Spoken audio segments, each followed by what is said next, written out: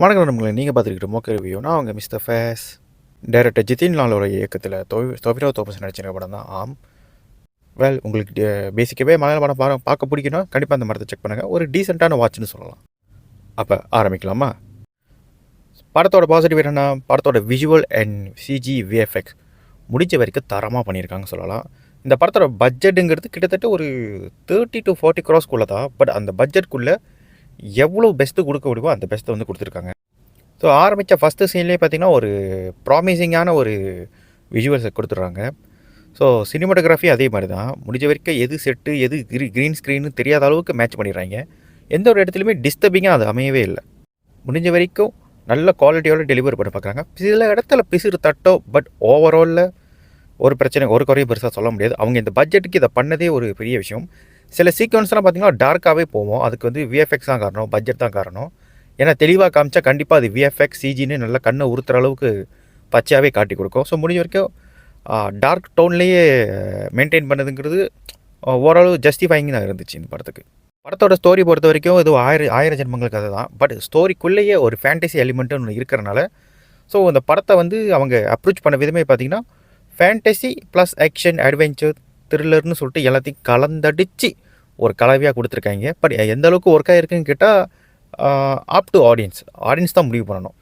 ஏன்னா எனக்கு வந்து 50-50ன்னு சொல்லலாம். சில விஷயம் ஒர்க் ஆணிச்சு, சில விஷயம் ஒர்க் ஆகலை. ஸோ அதே மாதிரி தான் இந்த படத்தோட ஸ்க்ரீன் பிளேயும் ஸ்டோரியே ஆல்ரெடி பழைய ஸ்டோரி ஸ்க்ரீன் பிளேயில் மிரட்டி இருப்பாங்கன்னு நினச்சேன். But I not expecting screen play கொஞ்சம் லேக் இருக்க தான் செய்யுது இந்த படத்தில். சில இடங்களில் நல்லா கொண்டு போயிட்டாங்க. பட் சில இடங்களில் வந்து நிறைய அன்வான்டான சீன்ஸை வச்சு ஃபுல் ஆஃப் பண்ணியிருக்காங்க. அது ஏன்னு தெரியல. அதை நான் அப்புறம் நெகட்டிவில் சொல்கிறேன்.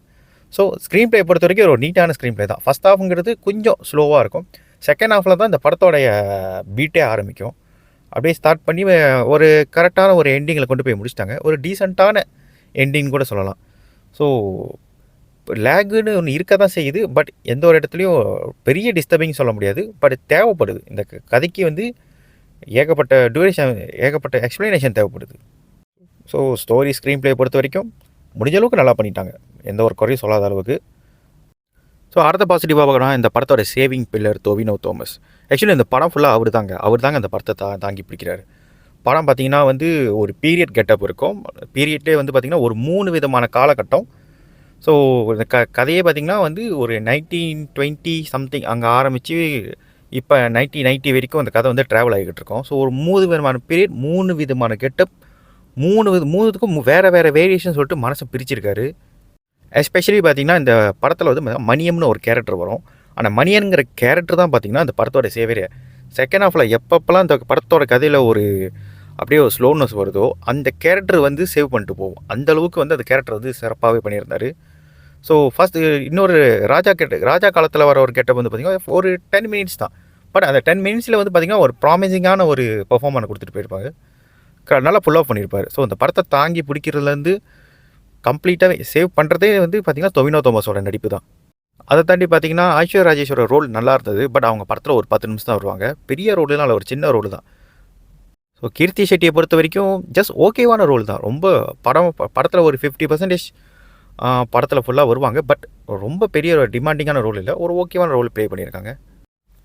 படத்தில் பார்த்திங்கன்னா பாஸ்டர் ஜோசப்போட ரோல் வந்து ஒரு சின்ன ரோல் பண்ணியிருப்பார். ஒரு ஹீரோக்கு ஃப்ரெண்டாக வர மாதிரி ரோல் தான். பட் அவரோட ரோல் ரொம்பவே நல்லா இருந்துச்சு. ஒரு சின்ன இந்த படத்துக்கு ஹியூமர் சேர்க்குறதே அவர் தான். ஸோ அவரோட ரோலை வந்து ரொம்ப நேரம் வரமாட்டார். ஒரு அங்கங்கே தான் வருவார். பட் அவரோட ரோலுங்கிறது நல்லா இருந்துச்சு. ஒரு சின்னதாக ஒரு ஹியூமர் பாட்டு அவருக்குன்னு இருந்தது ரொம்ப நல்லா இருந்துச்சு. அதை இப்போ தாண்டி நோட்டீஸ் பண்ணுற அளவுக்கு பார்த்திங்கன்னா பெரிய ரோல் வந்து எல்லாருக்கும் இருந்துச்சு சொல்கிறார். எல்லாருக்குமே சின்ன சின்ன ஸ்பேஸ் தான். ஸோ கொடுத்த ரோலை கொடுத்த அந்த அவங்களோட ஸ்பேஸில் அவங்க சிறப்பாகவே பண்ணி கொடுத்துட்டாங்க. ஸோ ஓவரால் பெர்ஃபார்மன்ஸ் வைஸ் வந்து எந்த குறையும் சொல்ல முடியாது. எல்லோரும் நல்லா பண்ணியிருந்தாங்க. படத்தோட ஸ்டண்ட் சீக்வன்ஸ் பொறுத்த வரைக்கும் பார்த்திங்கன்னா ஒரு டீசெண்டான ஃபுல் ஆஃப் சொல்லுவேன். ரொம்ப ஐகானிக்கான ஃபைட் இல்லை. பட் இந்த படத்துக்கு ஒரு தேவையான அளவுக்கு அந்த ஃபைட் சீனை வந்து கோரியோகிராஃபி பண்ணி கொடுத்துருக்காங்க. ஒரு ஆஃப்டர் இன்டர்வல் ஒரு மிட் போர்ஷன்ட்ட வந்து பார்த்திங்கன்னா ஒரு சின்ன ஒரு ட்ரெஷர் ஹண்டிங் மாதிரி ஒரு சீன் வரும். அதெல்லாம் நல்லாவே பண்ணியிருந்தாங்கன்னு சொல்லலாம்.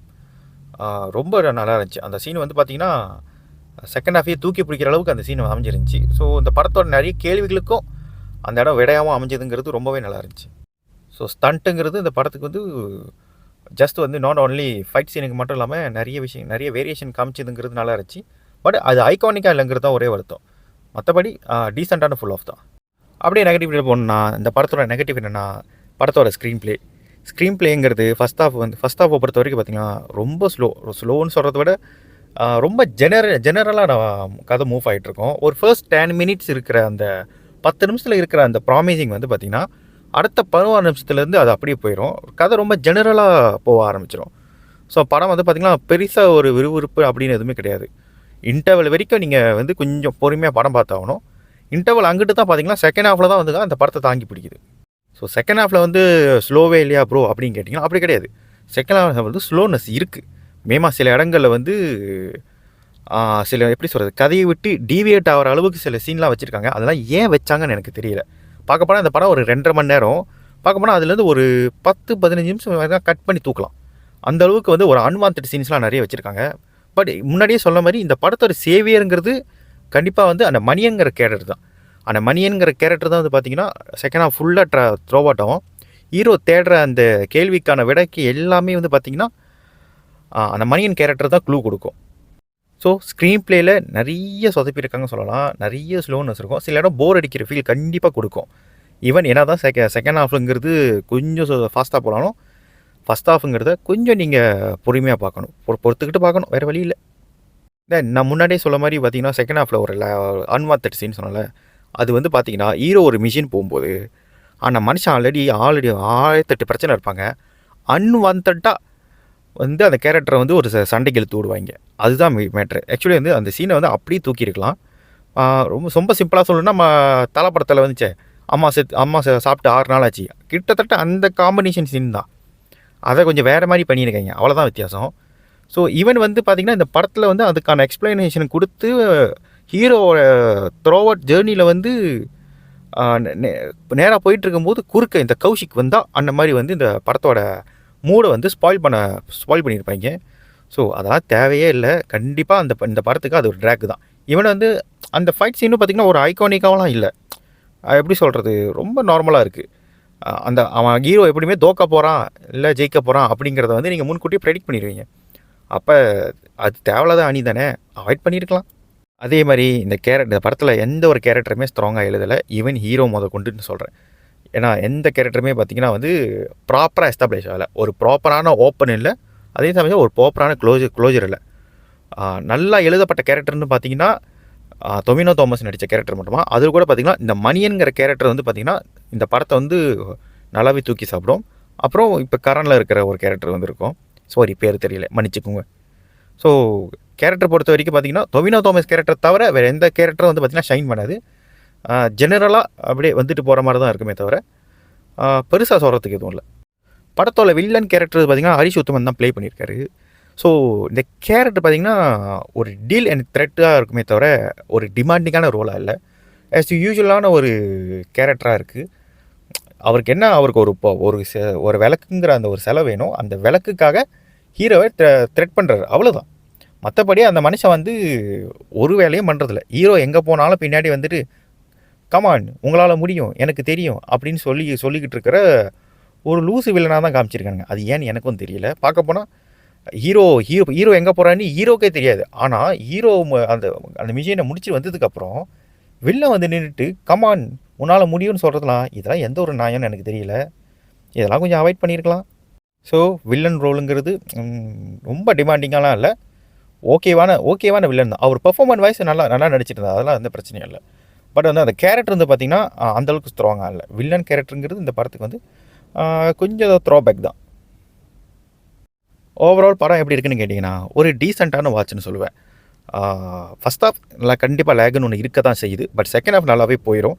படத்தில் வந்து 3Dன்னு ஒன்று ட்ரை பண்ணியிருக்காங்க. பட் நான் 3Dயில் பார்க்கல, 2Dயில் தான் பார்த்தேன். 3Dயில் பார்த்தவங்க கீழே கமெண்டில் சொல்லுங்கள் எப்படி இருந்துச்சு. பட் நான் ஃபீல் பண்ண வரைக்கும் 3Dயில் பார்க்குறது அந்தளவுக்கு 3Dயில் அந்த படத்தை பார்க்குறது அந்தளவுக்கு ஒர்த்தாக ஃபீல் ஆகலை. ஒரு நார்மலாக தான் ஃபீல் ஆனிச்சு. என்னால் அது உணர முடிஞ்சிச்சு அந்த சீன் பார்க்கும்போது. ஸோ மற்றபடி இந்த படம் வந்து பார்த்திங்கன்னா டொவினோ தாமஸ்க்காக கண்டிப்பாக நீங்கள் படம் பார்க்கலாம், குடும்பத்தோடு போய் பார்க்கலாம். எந்த ஒரு வல்கரிட்டியும் சீன்லாம் அப்படி ரொம்ப முக சுளிக்கிற அளவுக்கு எந்த பெருசாக ஒன்றுமே இல்லை. குடும்பத்தோடு பார்க்கக்கூடிய ஒரு நல்ல படம் தான். ஸோ டைம் கிடைச்சா மறக்காமல் இந்த படத்தை ட்ரை பண்ணுங்கள். ஸோ வீடியோ பிடிச்சா லைக் பண்ணுங்கள், ஷேர் பண்ணுங்கள், சப்ஸ்கிரைப் பண்ணுங்கள். உங்களோட அடுத்த இன்னொரு வீடியோவில் வந்து உங்கள் கூட மொக்க போடுறேன். ஸோ வரட்டா.